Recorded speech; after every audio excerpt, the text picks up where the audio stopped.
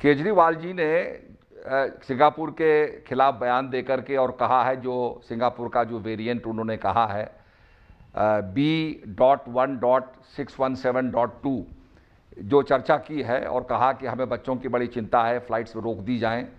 तो सबसे पहली बात तो यह है कि सिंगापुर में कोई एयर बबल नहीं है और फ्लाइट सिंगापुर में नहीं है। केवल वंदे मातरम या चार्टर फ्लाइट से जो वहाँ फंसे भारतीय हैं उनको लाने का काम किया जा रहा है। कोई भी हमारी इस समय फ्लाइट्स नहीं चल रही हैं और पूर्ण तरीके से लॉकडाउन बना हुआ है।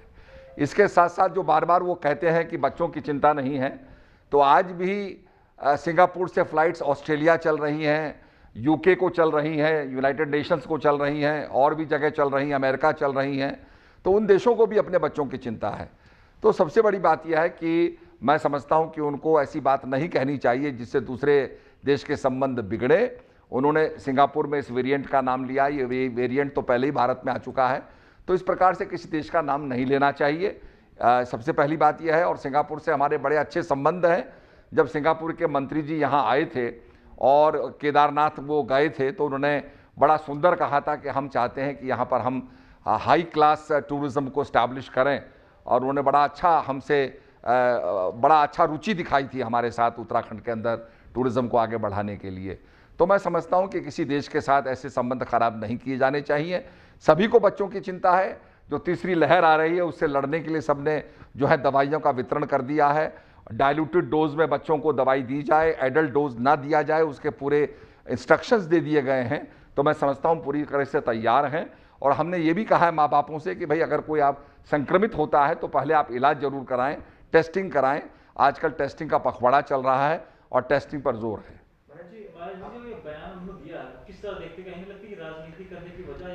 मैं समझता हूं कि वो अनजाने में बयान दिया है उन्होंने, उनको लैक ऑफ नॉलेज है। उनको नहीं पता कि भाई पहले तो फ्लाइट चल ही नहीं रही है, कोई एयर बबल हमारा सिंगापुर में नहीं है। ऐसा नहीं कि भारत की फ्लाइट्स वहां चले, वहां की फ्लाइट्स यहाँ, ऐसा कुछ हो ही नहीं रहा है। और सबसे बड़ी बात यह कि आप किसी देश का नाम क्यों ले रहे हैं? सारा जो कोरोना का जो वायरस है ये तो वुहान से पैदा हुआ है, चाइना से पैदा हुआ है। तो ये समझने की बात है। और इस प्रकार से मैं समझता हूं कि बयान नहीं देने चाहिए जिससे मित्रता के अंदर जो है ठेस लगे। जिस तरह से केंद्र सरकार ने अभी कल विदेश मंत्री ने भी कहा है कि आपको बयान नहीं देना चाहिए, केंद्र का मामला है, जब दो देश बात कर रहे हैं तो केंद्र ही बात करे तो ज्यादा अच्छा है। तो आप इस चीज को किस तरह से देख रहे हैं? नहीं, निश्चित रूप में मैं बिल्कुल कहूँगा, बिल्कुल मैं मानता हूँ। और हमारे जो विदेश मंत्री हैं वही बयान देने में सक्षम हैं। और हम सब लोगों को बच्चों की चिंता, ऐसा नहीं कि वहाँ से फ्लाइट्स आ जाएगी और वहाँ से संक्रमण हो जाएगा। जो हमारा B.1.617.2 ये वेरिएंट जो आया है इसकी चर्चा की गई है, तो पहली बात तो तथ्य भी गलत हैं और हमारी कोई फ्लाइट्स भी नहीं चल रही हैं। फ्लाइट्स पहले ही रुकी हुई हैं। सिंगापुर में कोई एयर बबल नहीं है और हम भी अपने बच्चों के बारे में चिंतित हैं। हम नहीं चाहेंगे कि कोई भी दूसरा वायरस या उसका कोई भी क्या कहते हैं वायरेंट जो आकर के भारत में संक्रमण फैलाए। तो हम उसके लिए चिंतित हैं और सरकार पूरे कदम उठा रही है। देखिए, जिस तरीके से उत्तराखंड के पर्यटन मंत्री सतपाल महाराज जी का आज सिंगापुर प्रेम अचानक से झलक के आया है, वो अपने आप में बड़ी विषमता को दिखाता है। एक तरफ आपके गांवों में उत्तरकाशी हो, चमोली हो, टिहरी हो, पौड़ी हो, पिथौरागढ़ हो, अल्मोड़ा हो, लोग कोरोना की वैक्सीन के लिए आहत हैं, लोग इंतजार कर रहे हैं।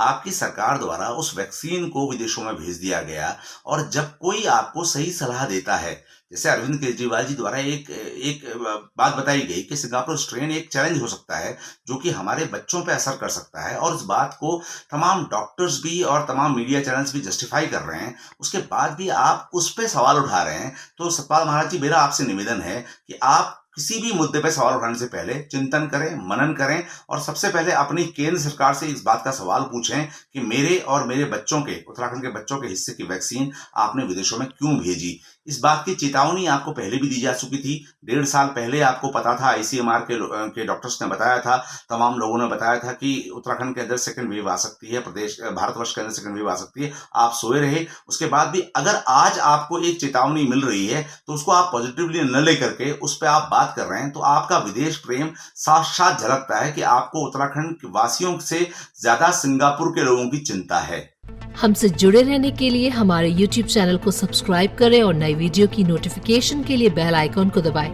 अगर आप ये वीडियो Facebook पर देख रहे हैं तो लाइक जरूर करें और ज्यादा से ज्यादा शेयर करें। धन्यवाद।